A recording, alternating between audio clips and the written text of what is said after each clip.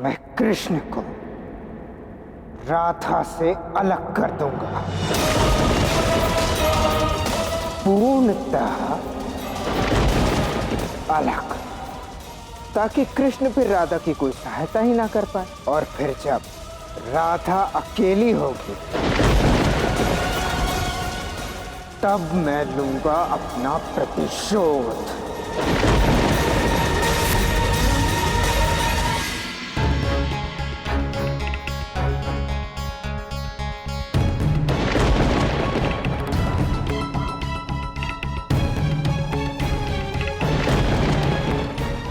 साहब, ये सेवक यहाँ क्या कर रहे हैं? रथ सज है युवराज। रथ? अरे साहब, आपके प्रस्थान की आपने सूचना तक नहीं दी मुझे। आप कहाँ जा रहे हैं?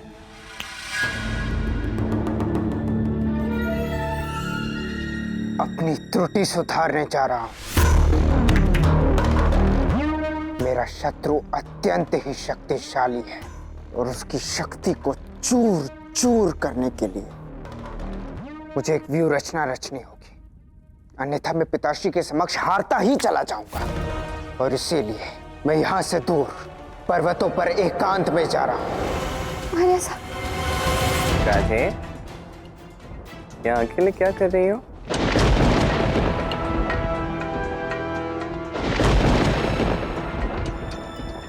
कृष्ण, अभी तो मात्र हम एक दुर्घटना से बचे हैं। साम के मनोभाव अभी भी वैसे ही हैं। मेरे प्रति उसका कितना भी आक्रोश क्यों ना हो, मैं सह सकती हूँ, पर जब वो द्वारका को नष्ट करने की बात करता है तो समझ में ही नहीं आता कि क्या किया जाए। और तुम भी तो कुछ नहीं कर रहे।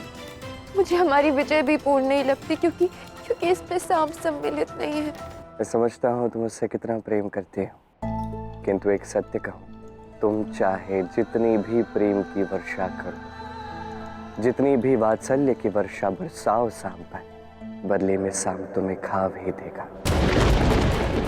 मनुष्य की एक मूल प्रवृत्ति होती है राधा, एक मूल स्वभाव, मूल व्यक्तित्व। इसे बदला जा सकता है तो केवल कर्मों द्वारा। और संसार में ऐसे बहुत कम लोग हैं राधा, जो कर्मों के बल पर अपने इस मूल व्यक्तित्व को और श्रेष्ठ बना सकते हैं। और यदि बात की जाए सांब की, सांब का स्वयं का अपना कोई व्यक्तित्व नहीं है। उसका वही मूल व्यक्तित्व है जो उसे जन्म से मिला है, वही जन्म राधा जो श्राप के कारण हुआ है, वो नहीं बदल सकता। कृष्ण, मैं केवल इतना जानती हूँ कि अच्छे संकल्प से कोई कार्य किया जाए तो असंभव भी संभव हो सकता है। मुझे पूर्ण विश्वास है कि साम एक ना एक दिन अवश्य बदलेगा। उसे अपने मूल व्यक्तित्व का अवश्य आभास होगा।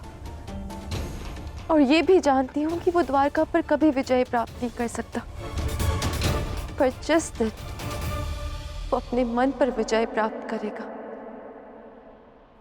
उस दिन मेरा संकल्प पूर्ण होगा।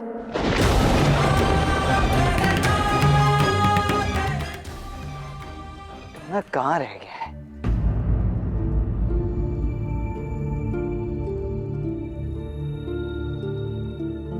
ये रथ किसका है?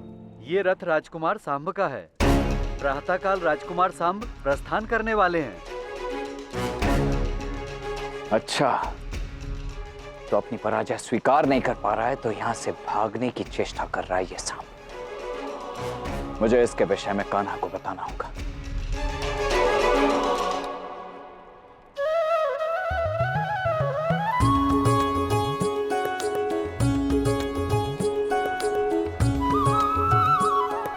कान्हा, तुम यहाँ अपनी बांसुरी में खोए हुए, वहां ज्ञात है वो सांब द्वारका से पलायन करने की ताक में। देखो, श्री गणेश का दिया हुआ श्राप तो राधा ने ठीक कर दिया, ठीक है, किंतु द्वारकाधीश होने के नाते तुम्हें उस सांब को दंडित अवश्य करना होगा। कान्हा, उसने द्वारका को जलमग्न करने का प्रयास किया है ना? अच्छा, तो सांब भाग रहा है? हाँ। तो मैं तो कहता हूँ भागने दीजिए उसे दाम। आज किसी को दंड देने का मन नहीं है। आज मैं बस बांसुरी बजाना चाहता हूँ। ये क्या कह रहे हो तुम कान्हा? यहाँ द्वारका में इतना सब कुछ हो रहा है और तुम उठो कान्हा, इसी क्षण उठो। मैं तुम्हारी एक बात नहीं सुनूंगा, तुम उठो, कुछ करो। अरे उठो कान्हा, नहीं। शांत हो जाइए, शांत हो जाइए दाऊ,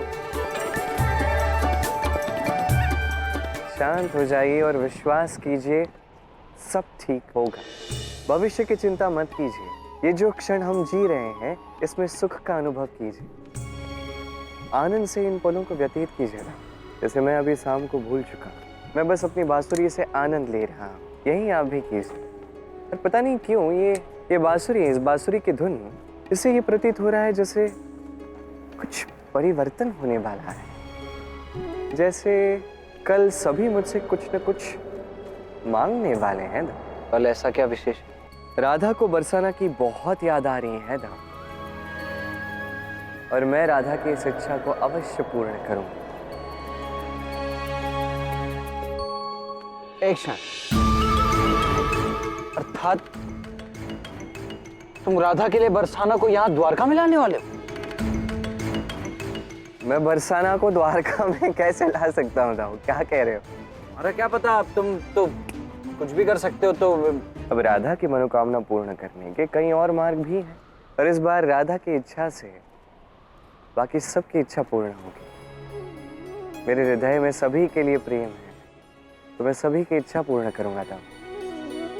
नहीं नहीं, सभी की नहीं, हमें ना अपने शत्रुओं की मानसिकता को परख लेना चाहिए। अब तुम विचार करो, यदि ऐसे में उस सांब ने तुमसे कुछ ऐसा मांग लिया जिसके कारण उसकी शक्तियां अनेकों गुना बढ़ गई, तो क्या होगा? शाम की चिंता त्याग दीजिए दाऊ, किंतु और ये सोचिए कि आपको कामना क्या करनी है। पर वो मैं कह रहा हूँ, सोचिए आपको कामना क्या करनी है, आपकी इच्छा कौन सी होगी जो मुझे पूर्ण करनी है। ऐसा अवसर कदाचित दोबारा आपको ना मिले, तो अब जब अवसर है तो मुझे लगता है सोच लेना चाहिए। क्या कह रहे हो, मुझे कुछ समझ नहीं आ रहा है कान्हा, किंतु इतना मैं अवश्य समझता हूँ कि जब भी तुम ऐसी घुमा फिरा कर विचित्र सी बातें करते हो ना, तब अवश्य कुछ विचित्र घट रहा होता है या घटने वाला होता है। ठीक, विचित्र, ठीक है, कोई बात नहीं, रहने तो आपकी कोई इच्छा नहीं है, मैं जाके बांसुरी बजाता हूँ। अरे नहीं नहीं नहीं, नहीं मैंने ऐसा कब कहा कि मेरी कोई इच्छा नहीं है? मांगना है मुझे। क्या मांगना है? मुझे वो मांगना है कि वो, अच्छा वो क्या होता है? वो तो बहुत कुछ होता है, मैं क्या समझूं? मैं बता रहा हूँ, मैं सोचकर बता रहा हूँ कि मुझे क्या मांगूं।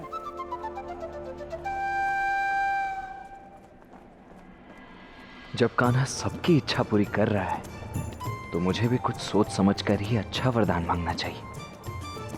थोड़ा सोच विचार आवश्यक है। सुन लिया मैंने आपके मन में क्या चल रहा है दाऊ। कोई बात नहीं, आप सोच विचार कर लीजिए, तत्पश्चात चयन कीजिए कि आपको कामना क्या करनी है। अब एक काम कीजिए, यहाँ कहीं बैठ जाइए शांति से, कोई शीघ्रता नहीं, आराम से बैठ जाइए और सोचिए, तब तक मैं यहीं बांसुरी बजाऊं।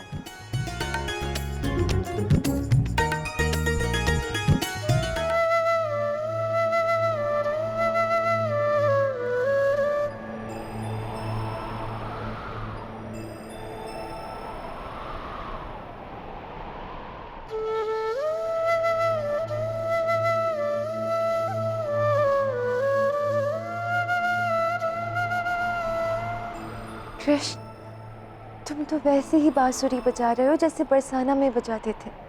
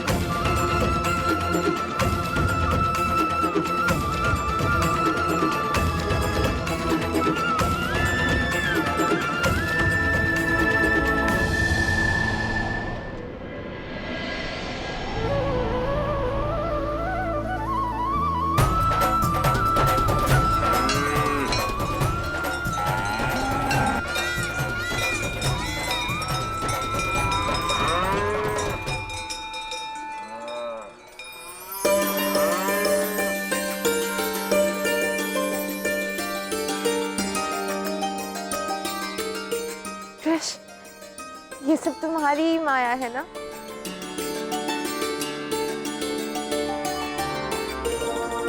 गैया के पैरों से उठती धूल, उनके गले की घंटी का ये मधुर स्वर, इतने सारे मोर और गैया, द्वारका नगरी में बरसाना की इतनी सौंदर्यता और सुगंध, ये सब तुम्हारा ही प्रभाव है ना कृष्ण? राधा जैसे तुम इन्हें याद करती थी, ये सब भी तुम्हें बरसाना में याद करती थी। मैंने बस बांसुरी की धुन से इन्हें पुकार लगाई और देखो ये सभी कैसे दौड़ी चली आई तुमसे मिलने। तान्या, चक्रवर्ती, पद्मा, गंगा,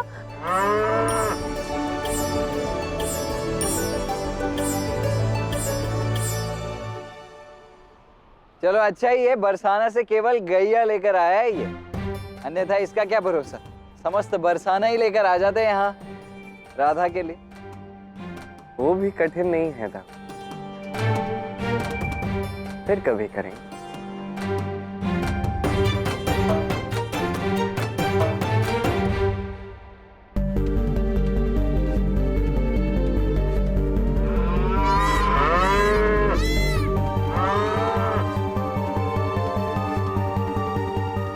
ये इतनी सारी गायें यहाँ क्या कर रही है?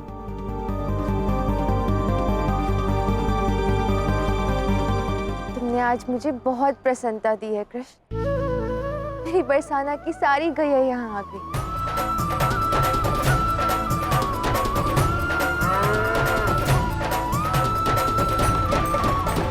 क्या हो रहा है ये सब?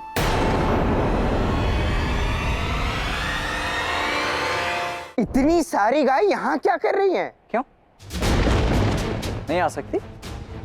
और तुम कौन होते हो कान्हा से ये प्रश्न पूछने वाले? लाओ, मैंने कहा ना आज का दिन अच्छा है, शुभ है, पूछने लीजिए उससे। साम, आज मैं अत्यंत प्रसन्न हूँ। मैंने बांसुरी की धुन बजाकर बरसाना की सारी गैया को बुला लिया। देखो सब आ भी गए।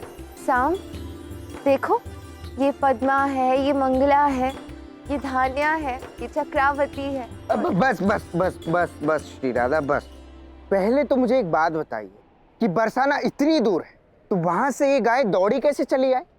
महत्वपूर्ण बात तो ये है कि पिछली रात्रि पिताश्री ने बांसुरी बजाई और 15 दिन की यात्रा इन गायों ने एक रात्रि में पूर्ण कर ली। उससे भी महत्वपूर्ण बात ये है कि पिताश्री की बांसुरी की धुन बरसाना तक कैसे पहुंच गई?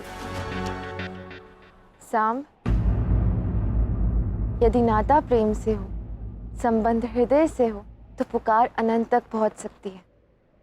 तुम नहीं समझ पाओगे। प्रेम में ना ही कोई सीमा है और ना ही कोई बंधन, और कोई दूरी भी महत्वपूर्ण नहीं है। बस हृदय में सोच लिया, बात अपने प्रेमी तक पहुंच ही जाती है। और कृष्ण का तो इनसे बहुत पुराना नाता है। निश्चित रूप से है। इन्हीं के दूध का माखन खा खा के तो मैं बड़ा हुआ। मेरा रोम रोम इनका ऋणी। सब सब सब मिथ्या है पिताश्री, मैं जानता हूँ। आज तक केवल राधा के लिए बांसुरी बजाने वाला कृष्ण सुना था, अब इन गायों के लिए भी बांसुरी बजती है, ये पहली बार सुन रहा हूँ। बात दृष्टिकोण की है ऐसा, बात समझने की शक्ति की है कि क्या तुम समझ सकते, कितना तुम समझ सकते। कोई भी कुछ भी सोच सकता है, किंतु मैं यदि सत्य कहूँ तो कृष्ण की बांसुरी बजती है उसके हृदय से, उसके मन से, और जो भी कृष्ण के हृदय से, उसके मन से जुड़ा है, ये बांसुरी उस तक पहुंच ही जाती, चाहे वो कहीं भी हो।